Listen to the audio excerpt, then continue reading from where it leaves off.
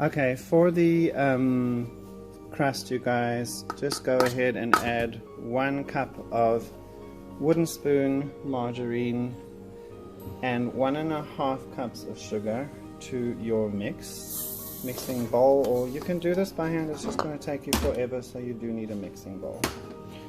Okay, so go ahead and cream them together. Add vanilla essence, 1 teaspoon.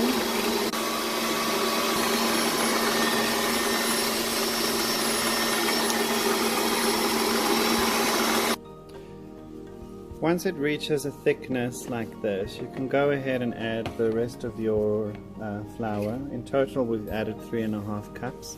Don't forget to scrape down the sides, and you will have to switch to a dough hook once you have reached your desired consistency. Start slow, then increase the speed. And there's your dough.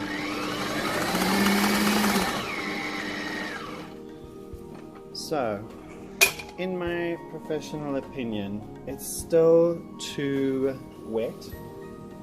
I'm gonna go and eyeball as much flour as I want to, because I want it to come loose from the sides and form a bowl in the center.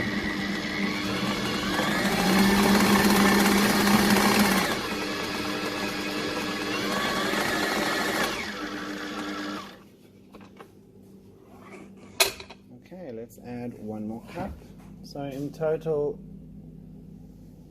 we're adding 2 half cups to this, just to make it form a ball in the center of the bowl.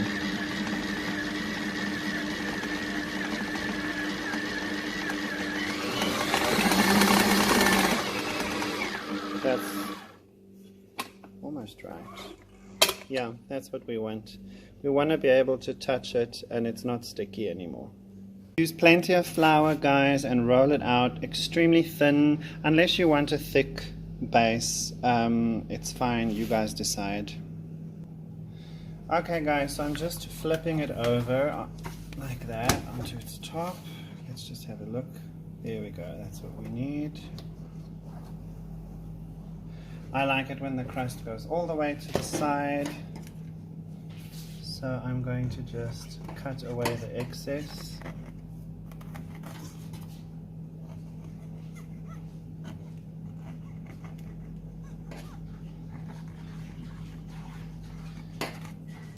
Or you can do Mari biscuits, or crumbled up, whatever you decide is best.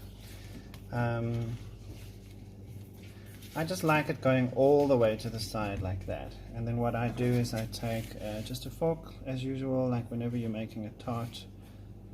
And I just like to crimp the edges. I think that looks so nice. And just keep going until it's done.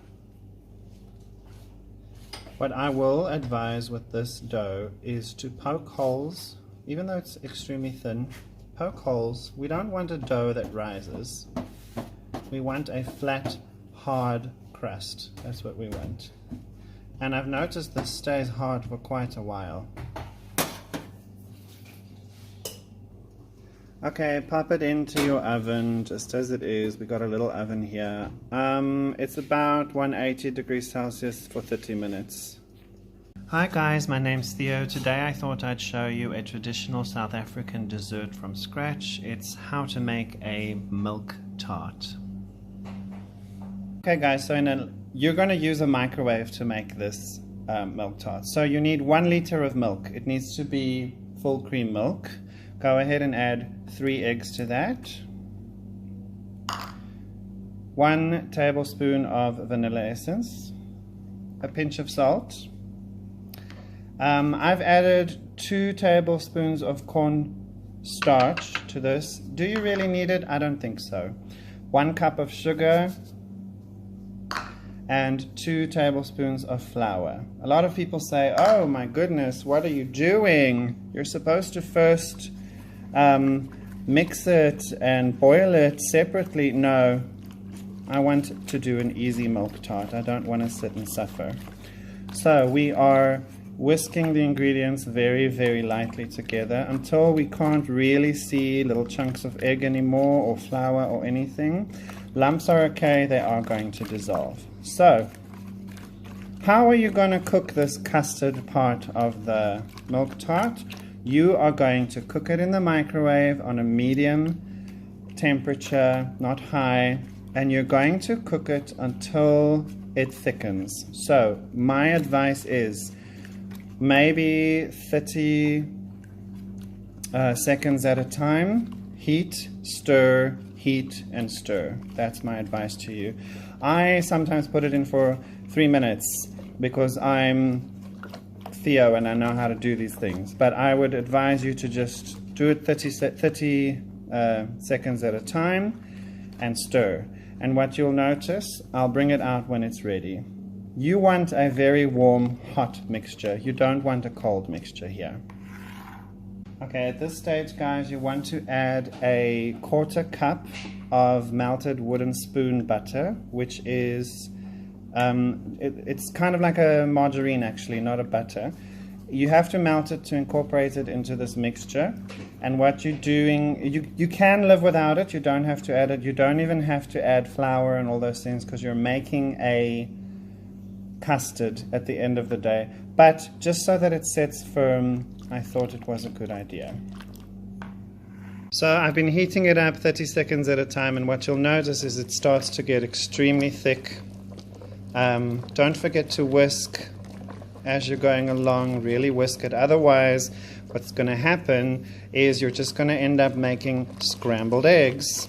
But that didn't happen here because we've got all those other components. We've got the flour, we've got the maizena, or cornstarch, whatever you want to call it, and we're using milk instead of cream. So you can see that in the beginning it was a bit terrifying that it was going to be overcooked, but now it's smooth and luscious again. Again, I think this is the final stage as it's very thick. So you just press 3 and 0 and start, and it will cook until it's ready. In total, guys, we must have put it in for about a total of 5 minutes. You can see it forms a crust by itself, and this is where you just know it's ready. Look at that, it's basically so thick. It's time to go into the pie shell. So guys, once your pie crust is ready, allow it to cool and just continue mixing your milk tart mixture so that it doesn't form a skin. And then what you're going to do is just pour it in. There we go. I love this, you guys. You can give it a little tap just to make it straight. Let it set. Once it forms a skin, I'm going to show you what we're going to do. We're going to add cinnamon. We're going to use stencils. So you'll see in a moment. Okay guys, once your pie, well, your milk tart has cooled down, you'll see that it is completely, it's like bouncy to the touch. That's how you know it's set. I have these stencils that I bought. I don't even know how many years ago I bought them. Because your pie is set and it has a skin, you can easily place the stencil on top of the pie, and then you just take cinnamon in a little sieve and you just gently tap it just on top of the pie so that, I keep calling it a pie but it's a milk tart. You just tap it so that the pattern of the flowers goes into the cinnamon goes into the pattern, and you can do it as many times as you want. You can do it with anything. It doesn't have to be cinnamon, but this is a traditional South African dessert and it's one of my favorites, especially when we make it ourselves. Okay, then what you want to do is you do need a toothpick or a skewer, and you just want to gently lift it on all sides, and then there you go. So it makes a beautiful pattern on top of the tart. So have fun making new designs, guys. You can try new things out.